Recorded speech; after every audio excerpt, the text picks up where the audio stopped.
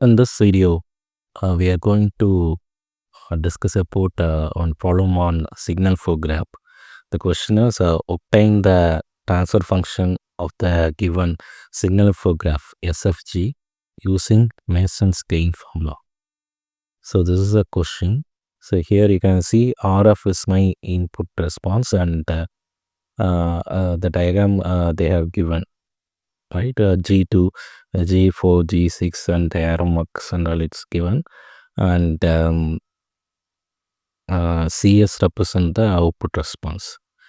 So generally the Mason's gain formula will tell you your transfer function, that is T of S is equal to output response divided by input response, that is nothing but your C of S divided by R of S.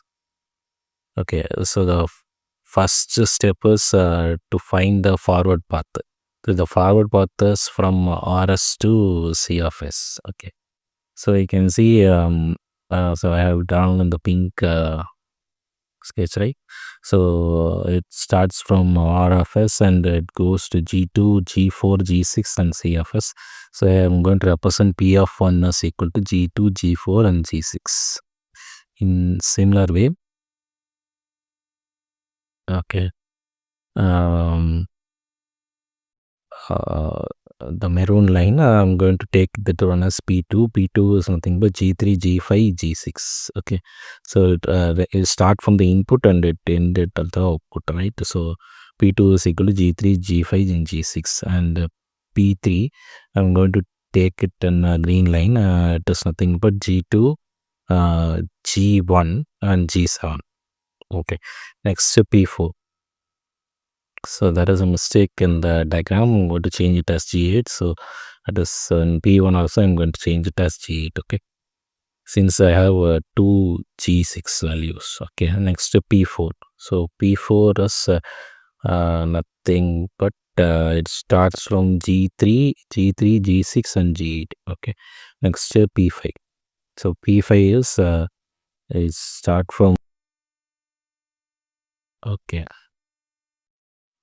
So now I'm going to draw the P5 value. So P5 is equal to, for this diagram, I can write G3, G1, sorry, G3, G6 minus H1 and G1,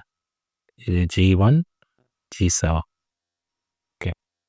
Next, for this forward path, P6 is equal to G2, G1, then minus 1 into G6, G8.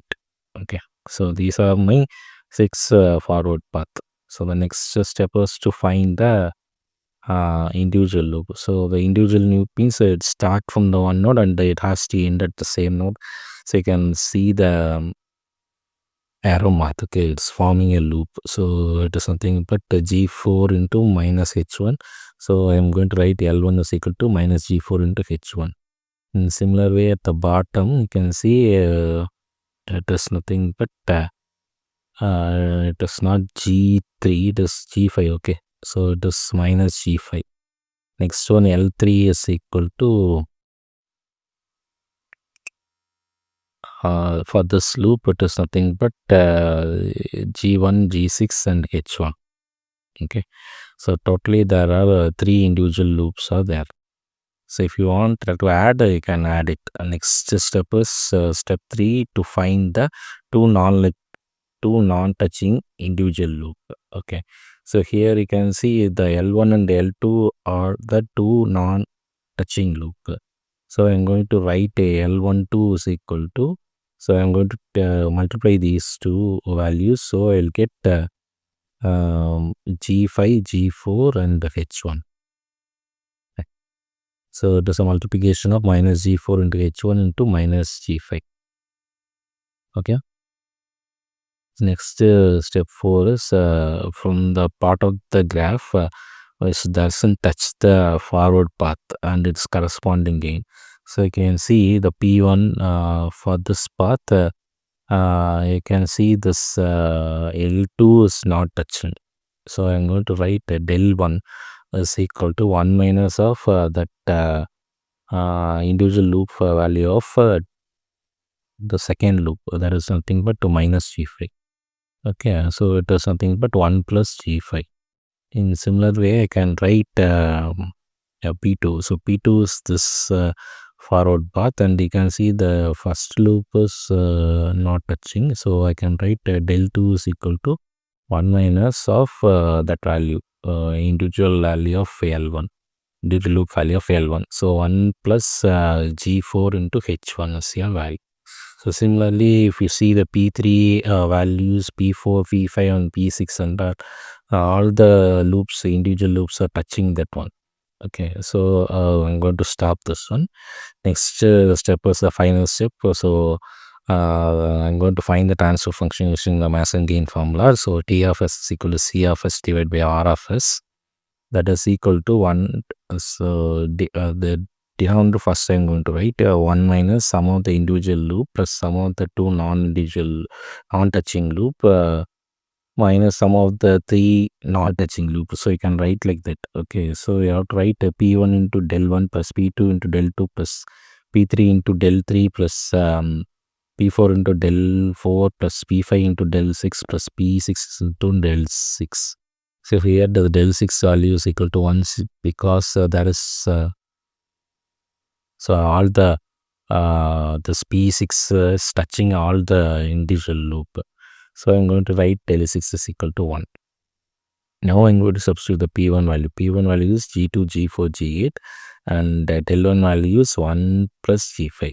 Similar way, P2 is nothing but G3, G5 and G7, and del 2 is 1 plus G4 into H1 plus P3. I'm going to substitute the value as G1, G2 and G7 plus P4 is G3, G6 and G8 minus of P5 value, that is G1, G2, G6, G8 minus of that P6 value G1, G3, G7, G6 and H1. Okay, and denominator you have to write it as 1 minus sum of the individual loop.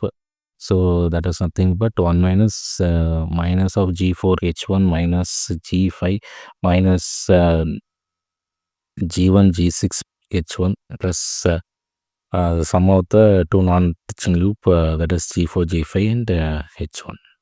Okay, so I'm going to elaborate and write it like this.